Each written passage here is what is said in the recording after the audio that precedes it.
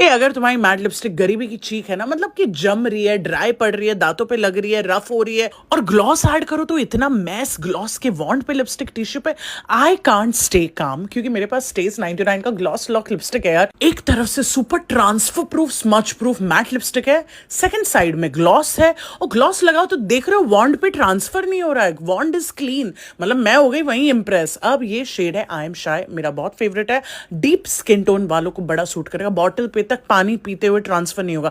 ये shade I am bubbly is for my bubbly girls जिनको pink lips पसंद है। दिन में ट्रांसफर प्रूफ मैट लिपस्टिक, रात को शाइन ऐड करनी हो तो ग्लॉस ऐड किया, और हमारी नीचे जो मैट लिपस्टिक लगी है वो फैली तक नहीं, मतलब मजा आ गया। क्लीन वॉन्ड तो है, मिरर टेस्ट करके दिखाती हूँ, देख रहे हो कलर ट्रांसफर नहीं हुआ, सिर्फ ग्लॉस ट्रांसफर हुआ, इसीलिए दांत पे भी ये लिपस्टिक लगती नहीं है। स्टेज 99 अपनी वायरल लिपस्टिक्स के लिए जाने जाते हैं। गर्ल्स बहुत सारे इंडियन स्किन टोन के लिए इनके पास इसमें शेड्स है, ट्राई करो।